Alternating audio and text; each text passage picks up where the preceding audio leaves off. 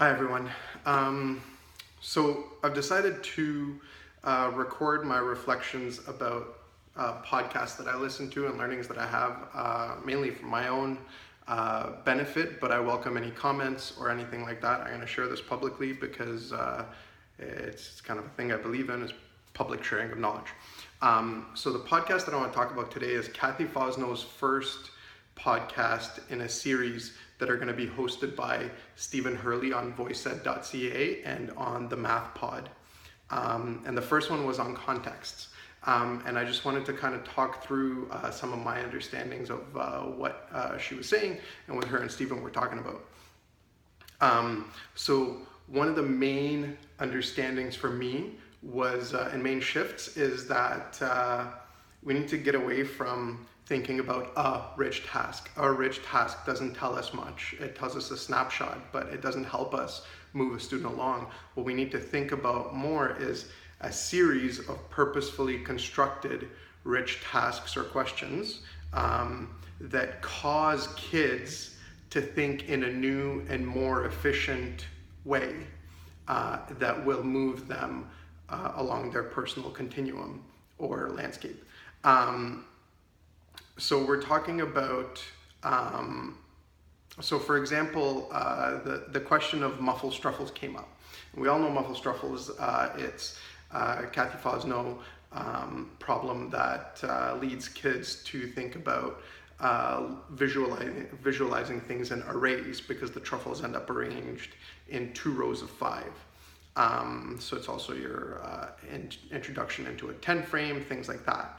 And so a question came from the audience that I think actually uncovered some new learning for me. And the question was, it was a comment about the follow-up activity being about taking your kids to a chocolate shop and looking at prices and things like that. And Cathy said very eloquently that would then take kids out of that continuum of learning into something separate, like proportional reasoning or decimals or things like that, where in fact, if we want to keep looking at arrays and multiplication, we would want the kids to do something like go around and notice other things in their life that might be arranged in arrays. So look for arrays of 3 rows of 4 or 4 rows of 3 or 2 rows of 5 or things like that. And that really signifies to me going deep into the curriculum as opposed to kind of spreading it around superficially. So that idea of sequencing things so that we see students move along a continuum and dig deep into their content. And then I started thinking about the fact that she says that we're looking for contexts that cause kids to move themselves along that continuum, looking at more efficient methods. And really, this is the same thing that Dan Mayer and Rob Kaplinski talk about all the time when they're talking about if math is the aspirin that we're going to take, what's the headache that makes us want to take that aspirin, right? So the kind of example that I'm equating it to is Nana's chocolate milk, like Dan Mayer's old problem, where you're trying to make chocolate milk for your Nana and you put in too many scoops of chocolate, and now you need to figure out how much more milk you need to add to make it still taste good. So you can have students do this kind of problem in lots of different ways, and as you make that context more and more complex, they're going to have to look for a more and more efficient strategy, like a ratio table might work for now, but then if you ask them for a more complex ratio, then the table might kind of be out of whack. Or if you ask them for a much bigger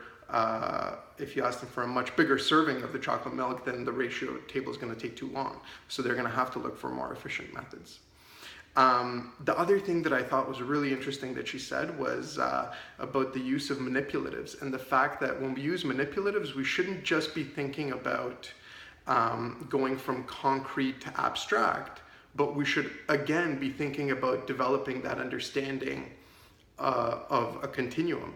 So moving students further along the continuum of their math knowledge. So not just concrete understanding of one thing to abstract understanding of that same thing, but they should be able to understand different things through that use of manipulatives. So the best example that I could think of for me in my secondary background is when we use algebra tiles.